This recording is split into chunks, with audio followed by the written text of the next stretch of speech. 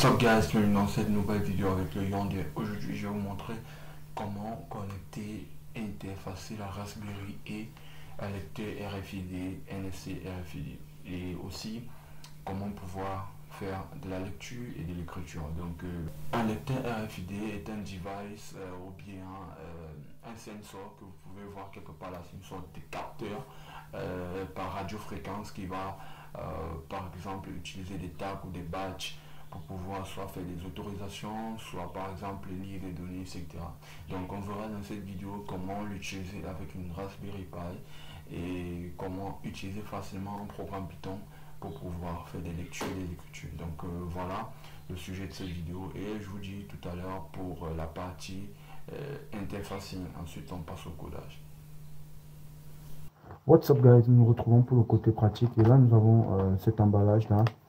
Lorsque vous l'achetez, ça vient avec tout le kit RFID.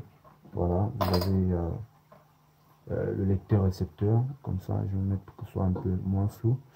Voilà, avec les différents ports juste à côté, on verra tout ça tout à l'heure. Donc voilà, et puis vous avez ces types de cartes. Voilà, ça c'est un tag en anglais, donc en français ça doit être badge. Et ici vous avez une carte aussi magnétique qui permet qu'on va utiliser pour lire tout à l'heure.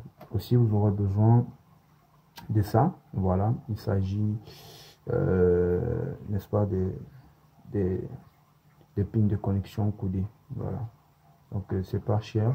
Vous pouvez avoir une barrette n'est-ce pas, sur Amazon ou sur AliExpress. Donc voilà, on va commencer premièrement par souder. Donc qu'est-ce qu'il faut souder? Il faut déjà préalablement pouvoir souder ça et ça. Donc pour pouvoir avoir une sortie avec les deux. Donc il faut souder ça juste là. Vous voyez un peu? Donc là je vais mettre comme ceci. Voilà. Donc voilà ce qu'il faut faire en fait. Il faut souder ici derrière, comme vous pouvez voir. Ok. Donc là je vais commencer la soudure et j'aurai normalement besoin de l'étain, voilà, et d'un fer à souder pour faire la soudure. Donc je soude et on se revoit tout à l'heure.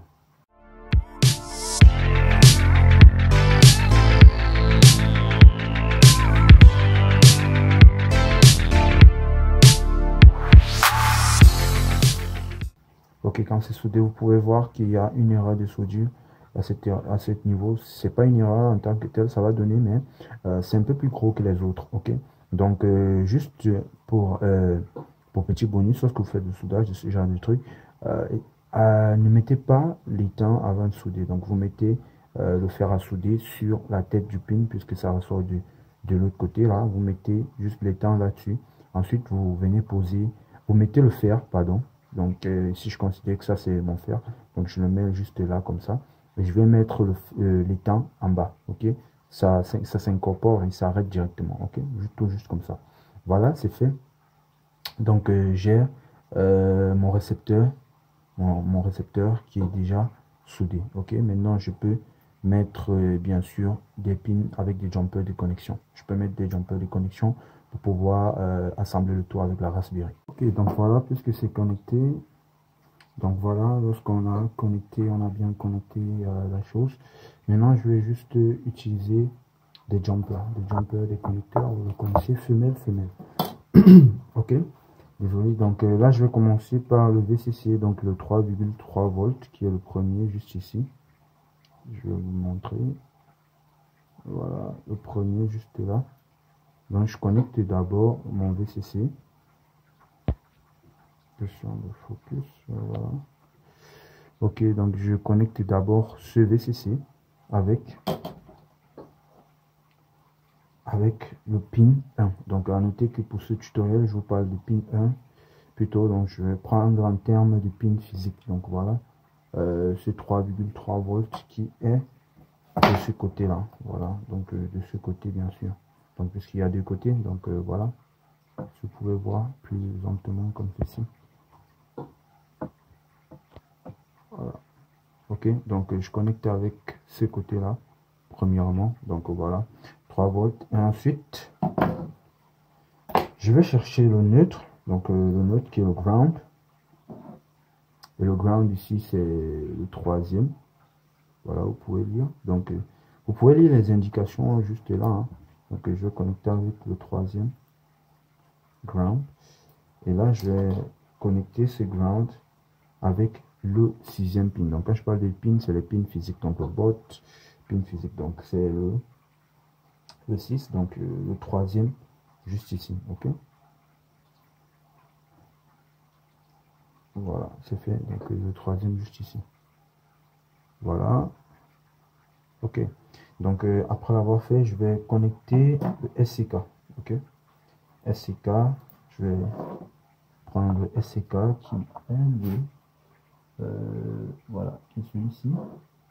Voilà, l'avant-dernier en allant de ce côté, bien sûr. Donc, l'avant-dernier, je vais le connecter au 23. Voilà. Le 23 qui est le GPIO 11.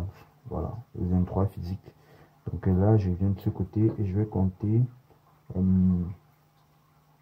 23, je vais compter, voilà, et je vais connecter au 23. OK, donc là, je compte 1, 2, 3, 4, 5, 6, 7, 8, 9, 10, 11, 12, 13, 14, 15, 16, 17, 18, 19, 20, 21, 22, 23. OK, là, voilà. Donc là, j'ai ça directement au 23 comme ceci.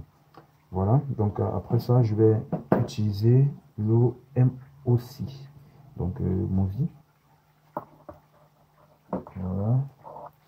MOSI que je vais connecter au 19. Voilà. Donc, au 19 qui est 2 avant le 23. Donc, là, 1, 2 avant le 23, je pense bien. Voilà, je ne me trompe pas. 21, 19, 23, 21, 19, 23, 21, 19. OK. Voilà, MOSI. Voilà. Donc ensuite, je vais chercher le MISO. Voilà, le MISO.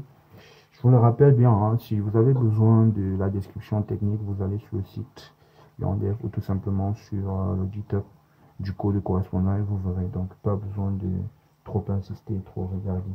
Donc, je vais regarder le MIOS. OK. MIOS. Le voici. Voilà, je le connecte au 21. 21 qui était tout juste là, derrière le 23. Voilà. Et là, c'est bon. Le RST que je vais connecter au 22. Donc, le pin physique 22. Donc, le pin physique 22, c'est juste celui qui est à côté du 21 de tout à l'heure. OK. Donc, voilà, je le connecte. Là, comme ça. Voilà, hop là. Je pense que c'est bon. Hein. 19. Voilà, 21, 22. OK. Donc, ensuite, voilà, le dernier maintenant, c'est le SDA. Je vais connecter le SDA au pin physique 24.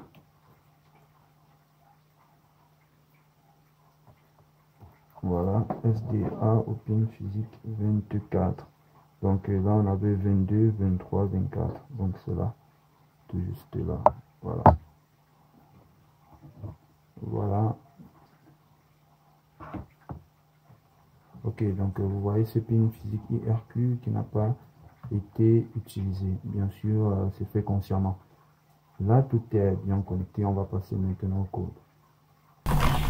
Voilà, et vous allez cloner mon repository que j'ai mis en ligne, j'ai corrigé. Il s'agit du premier projet maintenu par la communauté Python et du projet de Simons que j'ai réadapté. En fait, j'ai corrigé et j'ai fait un main texte, un module complet que vous pourrez utiliser par la suite. Donc, https:// et là, vous allez faire github.com. Voilà, Yondev. Voilà, et ici vous allez faire, je pense, RFID avec voilà. OK, clonage en cours.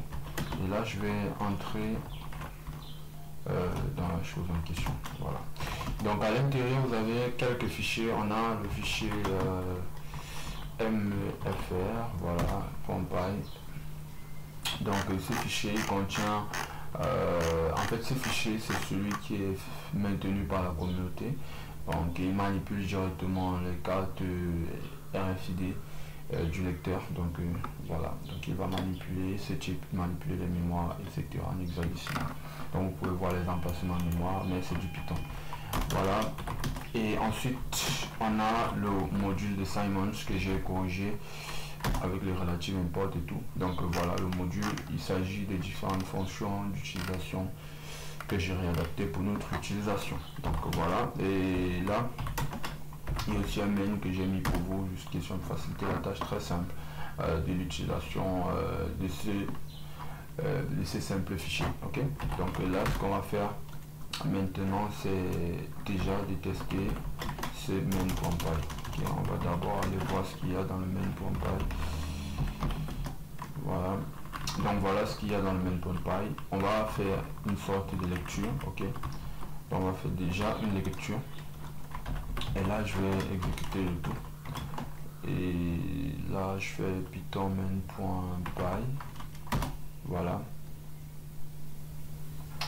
donc ok, tout devrait être normalement démarré. Et si je mets la carte là, ok, vous voyez ce qui est lu directement, on a cette valeur. Donc là c'est l'identifiant de la carte, l'identifiant de cette carte, parce que chaque carte ou chaque étape a un identifiant unique. Ok, donc si je relance par exemple ça, regardez, si je colle ça à là, vous voyez, donc voilà son identifiant unique. Et lorsque j'ai ceci en emplacement mémoire, ça veut dire tout simplement que c'est vide. En fait il n'y a rien à l'intérieur, vous voyez, donc il y a encore rien pour l'instant. Donc ici vous pouvez voir que dans la première carte il y a quelque chose qui est écrit, il s'agit de 15. Donc à ce niveau dans cette table il n'y a rien d'écrit. Donc je vais réexécuter, je vais réadapter le main pour pouvoir écrire quelque chose ici. Ok, donc là je vais faire nano et je vais faire main.py nana, plutôt nano, voilà. Et là je vais mettre ceci en commentaire, je vais mettre l'appel du read en commentaire et là je vais écrire quelque chose comme par exemple voilà 190. Ok, donc là donc peu importe le tag que je vais mettre, ça n'attend plus que cela pour écrire. Donc regardez, ok, c'est fait, ça a écrit. Maintenant je vais refaire nano main.py et là je vais commenter le read et commenter le write. Ok, voilà, je exécute le tout et hop là vous avez donc cette valeur 190 qui a été écrite à ce niveau. Donc bien évidemment pour que tout cela marche, vous devez suivre normalement ce que j'ai mis dans le readme. Voilà, le readme.md. Voilà, important des notices. Voilà, donc au niveau du readme.md, pour que ça marche normalement vous devez installer SPIDF. Donc pour ceux qui auront des problèmes, SPIDF ça vous permet tout simplement de travailler avec les pins SPI. Donc c'est ce que je vous avais dit dans la vidéo d'introduction à GPIO. Donc si vous venez d'arriver dans cette formation, vous pouvez toujours rentrer à la vidéo précédente, dans les vidéos précédentes pour comprendre comment le GPIO fonctionne. Donc si je fais par exemple le ls mode et là je fais grep SPI, voilà, donc ça me montre les BCM. Donc ceci est plus utilisé le plus souvent lorsque vous voulez utiliser des connecteurs comme ceci, voilà, USB. Et voilà, donc on verra ça plus tard dans une autre vidéo. Et SPIDF, donc voilà, je pense que c'est tout. Et vous aurez besoin d'installer ça, vous aurez besoin d'installer SPIDF, donc outil de développement SPI, des pins GPIO SPI. Et si ça ne marche toujours pas, vous aurez besoin déjà vérifier si vous avez activé le pin SPI. Donc faites tout simplement sur le Raspi config et là vous partez dans Interfacing Option et là vous venez sur SPI, vous allez faire Yes ou Enable, ensuite vous faites OK, Finish. Ok, donc ça c'est vraiment la première des choses à faire. Donc vous le savez déjà, j'indique juste pour ceux chez qui ça ne marche pas. Si vous avez aimé cette vidéo, n'hésitez pas de liker, de vous abonner surtout à la chaîne, question d'encourager le travail et tout. Voilà, donc je pense que c'est fait et je vous dis à la prochaine pour une nouvelle vidéo avec le Yandef.